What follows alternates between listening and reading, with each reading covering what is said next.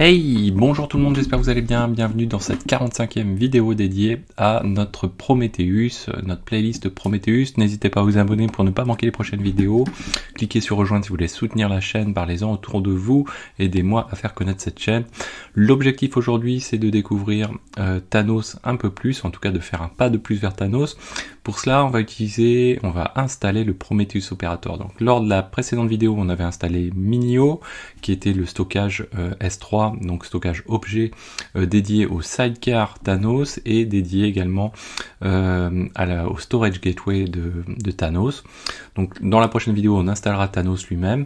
Là aujourd'hui on va s'intéresser au Prometheus Operator qui va permettre d'installer Prometheus, Grafana, Alert Manager et bien sûr le sidecar Thanos qui va s'installer en même temps que notre Prometheus à l'intérieur du pod Prometheus. Donc on aura un pod Prometheus qui va être constitué de 3 containers, donc le reloader Prometheus qui permet de provoquer, quand on a une modification de configuration de notre Prometheus, un reload de Prometheus, le Prometheus lui-même et le sidecar Thanos qui est embarqué également dedans. Donc on va faire ça aujourd'hui. Donc précédente vidéo on avait installé notre Minio qui est ici. On va donc créer ici un petit répertoire pour l'occasion qui va s'appeler Thanos. Et si je fais un kubectl get pod, donc je n'ai rien, je suis dans mon namespace monitoring. Et donc on va s'intéresser à notre installation de Thanos. De Prometheus avec le sidecar Thanos et Thanos dans la prochaine vidéo. Donc vous avez le lien dans la description de la vidéo pour pouvoir récupérer l'ensemble des éléments. Dans ce lien, vous avez la vidéo, le répertoire de la vidéo 45. Et si vous vous rendez dans le répertoire Thanos, on va récupérer différents éléments. Première chose, on a besoin d'un fichier de configuration du bucket finalement, du bucket qui est dédié à Thanos, du stockage S3 qui va être utilisé dans par le Prometheus Operator pour le sidecar Thanos. Donc pour faire ça, on a un fichier qui s'appelle thanosconfig.yaml. Donc c'est juste un secret, et ce secret, donc on va stocker dedans, dans la partie data, un fichier qui s'appelle thanos.yaml. Donc le tout, c'est ici, vous voyez qu'on a un bloc qui est composé d'une structure encodée et derrière d'un hash, et derrière nous ce qu'on a besoin c'est de compléter ce hash et de le générer. Donc pour le générer, on part du fichier config.txt que je vous mets à votre disposition, que j'utilise et qui a éventuellement modifié si vous êtes dans un autre cas de figure. Mais nous, ce qu'on a besoin d'indiquer, c'est le bucket, donc dans une clé config. Donc on indique le type S3, la clé config, et dedans on va indiquer le nom du bucket. Donc nous, c'est le nom Prometheus qu'on avait créé précédemment, qu'on retrouve ici. Ensuite, on retrouve le endpoint ici de notre Minio, donc vous le retrouvez facilement, c'est du DNS interne à Kubernetes, c'est-à-dire que c'est le nom du service en question. Donc si je fais un kubectl get service, donc on a le nom qui est Minio ici, suivi du namespace, suivi de SVC puisque c'est un service, et suivi du DNS du cluster en interne, c'est-à-dire cluster.local. Suivi également donc du port de notre Minio, donc en l'occurrence le 2.9000. Ensuite, on a notre clé d'accès, le password, et on va indiquer qu'on ne fonctionne pas en échange chiffré, donc on est en insecure, et donc on active le insecure à true. Une fois qu'on a fait ça, on va faire un cat de config.txt et on va piper dans un base 64 tout simplement. Et là on va encoder, donc on va le faire de cette manière-ci. Je copie ces éléments-là. Je vais aller éditer juste pour la forme le Thanos config YAML. Et ici, on va aller Thanos.yaml ici. Thanos.yaml, donc je le refais simplement juste pour que vous voyez ce qu'il y a à réaliser. Attention ici, les espaces, faut bien les supprimer. Voilà, donc on s'assure bien que on passe de l'un à l'autre. Parfait, ça veut dire qu'on n'a pas d'espace. Donc ça, je vais l'enregistrer. Je vais ensuite faire un cat de Thanos parce que moi, je suis pas sur mon serveur qui me permet d'avoir mon client kubectl. Ici, je me rends dans mon répertoire Thanos. Je vais faire un vim de Thanos-bucket.yml par exemple. Voilà, comme ceci. Et je vais l'appliquer. Donc je suis bien dans le namespace monitoring, vous voyez, et ma clé, mon secret, pardon, va s'appeler thanos-objectstore.config, et nous on ira chercher dedans un fichier, donc une clé plus exactement, thanos.yml, qui sera le nom du fichier qui sera ensuite embarqué quand ce sera utilisé. On va faire un kubectl apply-f de Thanos bucket. Voilà, donc si je fais un kubectl get secret, je retrouve ici mon object qui est présent. Donc éventuellement on pourrait le déchiffrer au passage. On peut faire un kubectl get secret. Je sais plus comment on a dit qu'il s'appelait, Thanos quelque chose, voilà, object store. On peut faire un -o json at égal, et on va récupérer dedans le point data, voilà. Et donc dans le point data, on a notre structure thanos.yml. Donc si on veut faire procéder un petit peu à comment ça va être déchiffré cette affaire, donc c'est thanos. Donc là il faut échapper le point, on a dit que c'était un point YAML, comme ceci, hop. Et une fois que j'ai fait ça, je récupère cette partie là et je peux appliquer mon base64-d pour décode. Voilà.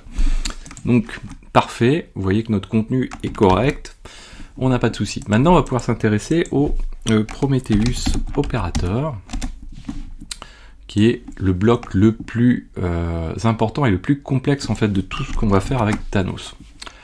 Là en l'occurrence, moi j'ai simplifié vraiment les choses au maximum entre l'équilibre d'avoir des choses qui sont intéressantes pour vous et on va mettre Prometheus opérateur plutôt et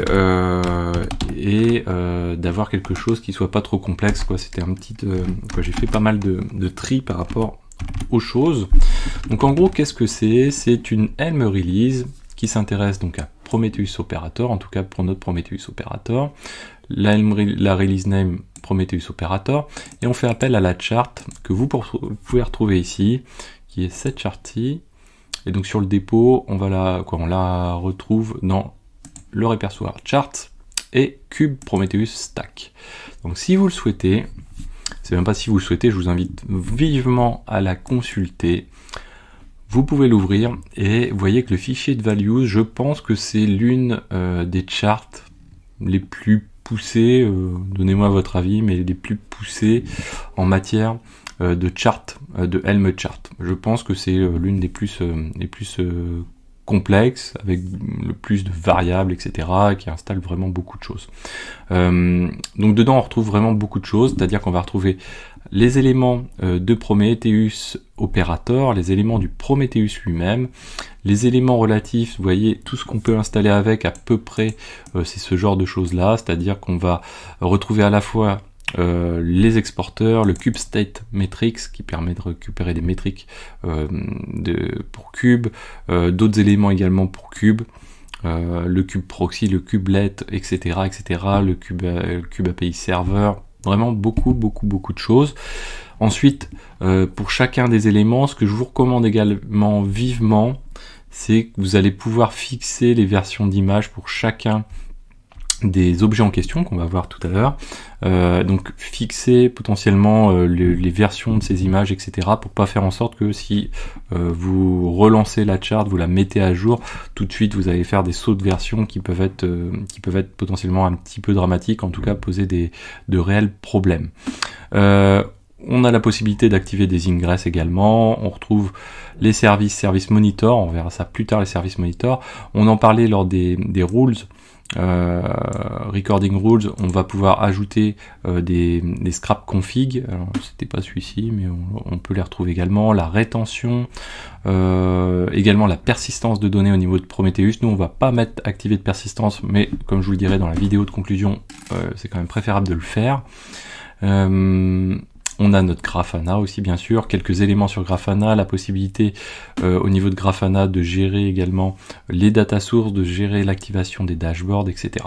Donc vraiment beaucoup de choses. C'est à regarder vivement dans le détail. Vous allez pouvoir spécifier les targets de votre Prometheus également. Donc il y a énormément de choses. Donc nous, qu'est-ce qu'on va retenir de toutes ces choses?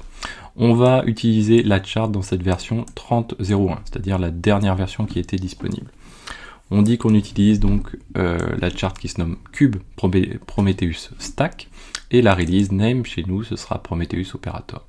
Premier bloc, alors ça je le fais un peu volontairement, par défaut le enable est à true, mais j'aime bien voir globalement qu'une personne qui se rende ici puisse savoir un petit peu ce qu'on a activé. Donc en gros on active le Prometheus Operator.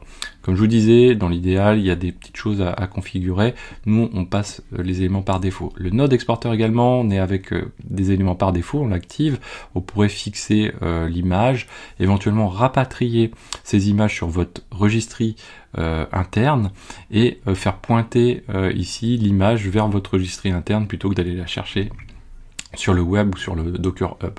Ensuite, on a un volet dédié à Prometheus. Donc on active Prometheus, on active l'ingress dans notre cas de figure et cet ingress ce sera prometheus.cube. Moi je l'ai déjà renseigné dans mon /etc host de manière à ce que ça puisse répondre au niveau DNS. Comme ça je vais pouvoir le tester avec mon navigateur. Ensuite, on a les spécifications dédiées à Prometheus. Donc notre Prometheus, qu'est-ce qu'on lui fait? On lui passe un nombre de réplicas, on va le passer à 1 pour le moment, voilà, on va le faire comme ceci, à 1.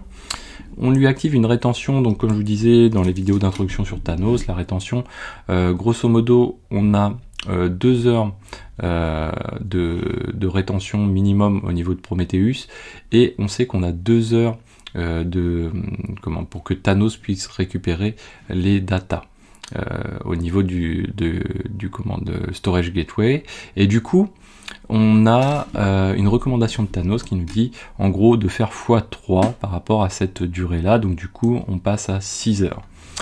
On désactive le service monitor sur l'utilisation des Helm value, le idem sur les rules, ça on reviendra plus tard sur des éléments comme ça, plus dans le cadre de Prometheus lui-même. On a ici l'endroit où on mentionne pour le Thanos Sidecar, donc le fait d'être dans Prometheus Spec, donc là on est dans le pod Prometheus finalement, et bien pour ce pod Prometheus, le container Thanos, ça va être ses paramètres ici. Et dans ces paramètres du container Thanos, nous on fixe la storage config, c'est-à-dire où est-ce que Thanos, le sidecar Thanos qui compose les 3 containers de Prometheus, du pod Prometheus, va pouvoir trouver les éléments pour se connecter au stockage S3. Et là en l'occurrence on lui dit le nom du secret qu'on vient de créer et la clé qu'on veut récupérer dedans, c'est-à-dire thanos.yml. Également, on demande à cleaner les external labels. On a également un bloc dédié à Grafana, donc on active Grafana. C'est pas forcément nécessaire de le mettre, par défaut il sera activé. On définit un ingress qui est enable à true. On définit le host de cet ingress, grafana.cube.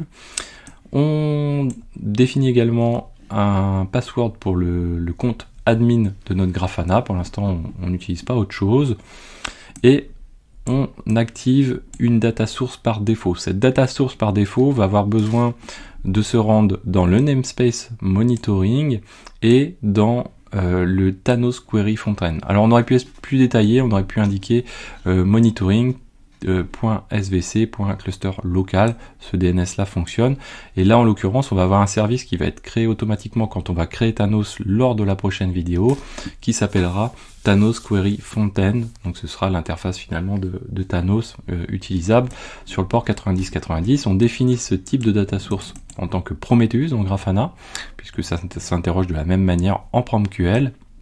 L'access proxy, on indique que c'est la data source qui doit être utilisée par défaut quand on a un dashboard, et on active tous les dashboards par défaut, donc c'est-à-dire que tous les default dashboards de Kubernetes, puisqu'on utilise un Prometheus Operator, vont être créés directement dans notre Grafana.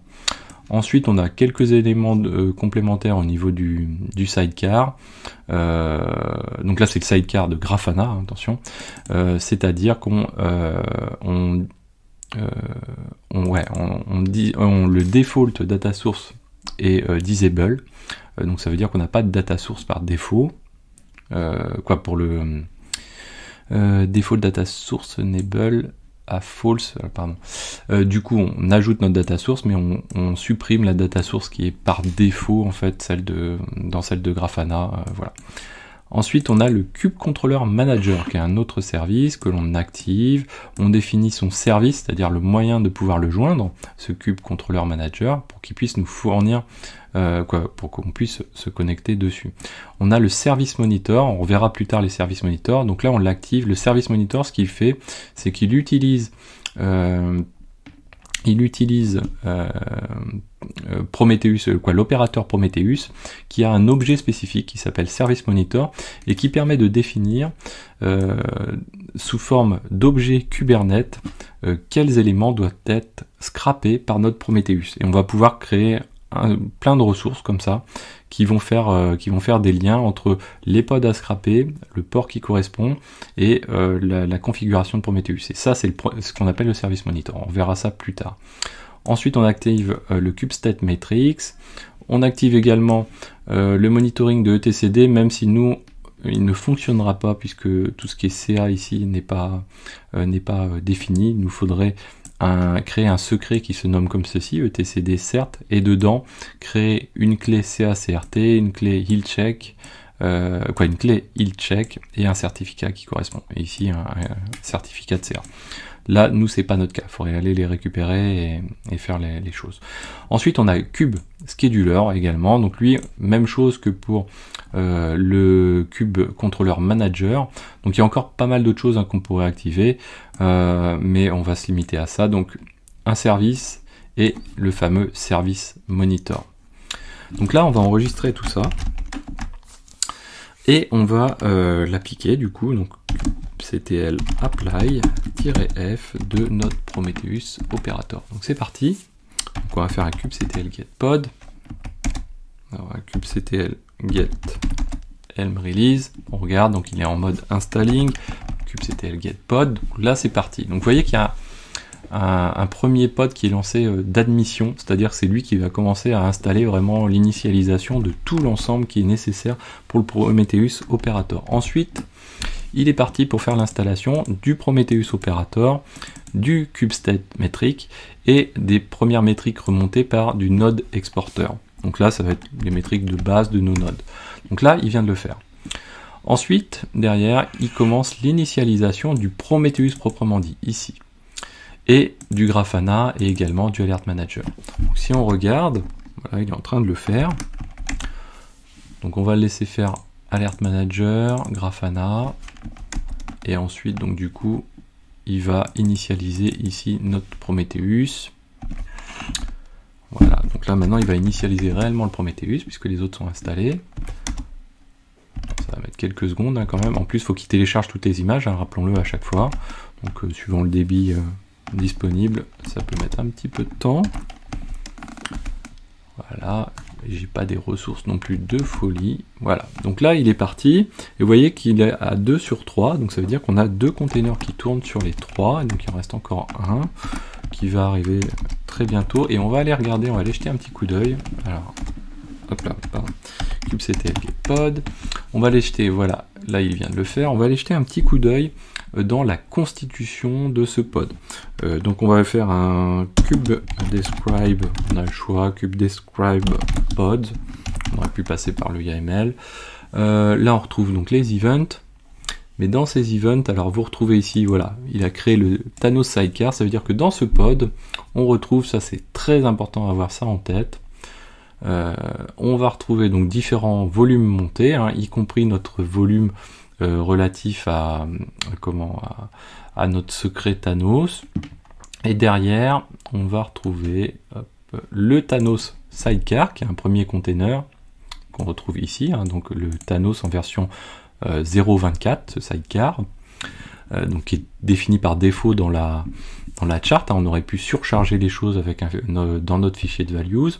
Ensuite on retrouve le config reloader qui est un autre pod, un autre container pardon, qu'on retrouve ici. Donc c'est un Prometheus config reloader, vous voyez sa version ici. Donc l'idéal, c'est éventuellement ce que vous pouvez faire, c'est lancer toute cette stack Et si vous voulez fixer les versions, c'est récupérer les versions de ces éléments-là et les définir ensuite dans les values de votre Helm release, de manière à fixer les choses vraiment dans le dur, quoi. Et puis éventuellement, vous pouvez faire en localement sur votre laptop, vous pouvez faire un pool de cette image-là, la retaguer au niveau de votre, pour pouvoir la pousser dans votre registry privé et conserver cet élément-là. Ensuite, on a donc un troisième container qui est le container Prometheus, et vous voyez que le Prometheus, on est en 2.32.1. Donc maintenant on a ce qu'il faut, on peut vérifier si on a nos ingress, kubectl get ingress, on a nos ingress ici, donc on peut se rendre d'ores et déjà sur grafana.cube et prometheus.cube, donc on va aller dessus. Alors pour l'instant on n'a pas de Thanos qui fonctionne, donc je vais faire un prometheus.cube. Donc je vous rappelle, moi j'ai mon /etc host de mon laptop qui est configuré, vous voyez, pour taper sur le load balancer qui tape sur l'ingress controller. Hop, derrière, voilà, on a notre Prometheus ici. Vous voyez qu'on est sur une version assez récente. Si je fais node load 1, donc c'est le load average à 1 minute, on retrouve là, et petit à petit, voilà, on va avoir des métriques qui rentrent. On a les valeurs qui rentrent également. On peut aller vérifier les targets. Vous voyez, les targets, on en a pas mal, sauf certaines, voilà, qu'on n'a pas cherché à monitorer, qui est le kube proxy par exemple, et qu'on n'a pas configuré non plus. Il en manque vraiment, il en manque quelques-unes. On pourrait rajouter le etcd, comme je vous disais. Il en manque pas tant que ça quand même. On a le kubelet, etc. Donc on a pas mal d'infos. On peut retrouver beaucoup de choses, hein, donc c'est un Prometheus. Derrière, la cardinalité des métriques, donc le nombre de séries également pour chacune des métriques, celle qui consomme le plus de ressources, on va pouvoir le voir assez facilement. Donc éventuellement on peut supprimer le scrapping de certaines métriques qu'on trouve soit avec trop de cardinalité ou soit trop de hits. On peut également donc vérifier les rules, donc on a des rules par défaut qui ont été enregistrés soit pour les alertes, soit pour les recording rules. Donc on retrouve ici, hein, vous voyez qu'il y en a pas mal, déjà de base. Donc ça c'est le Prometheus opérateur qui les rapporte. La configuration, on l'a ici, hein, vous voyez, on n'a touché à aucune ligne de configuration automatiquement, donc il s'est configuré pour un Kubernetes. Voilà, on a pas mal de choses, on peut repasser sur l'interface plus classique si on le souhaite. On a un mode nuit. Voilà, c'est déjà pas mal. Il y a eu aussi l'ajout du linter, de l'autocomplete, du highlighting. Bon, voilà, vous pouvez tester et vous faire plaisir. J'espère que cette vidéo vous a plu. N'hésitez pas à la partager, à mettre des pouces bleus, à commenter. Dans la prochaine vidéo, on installera Thanos et on aura quelque chose de fonctionnel. Et dans encore une autre vidéo, on fera un petit bilan et quelques recommandations importantes à avoir en tête. En tout cas, quelques attentions à apporter. Voilà. Je vous dis à très bientôt sur Xavki.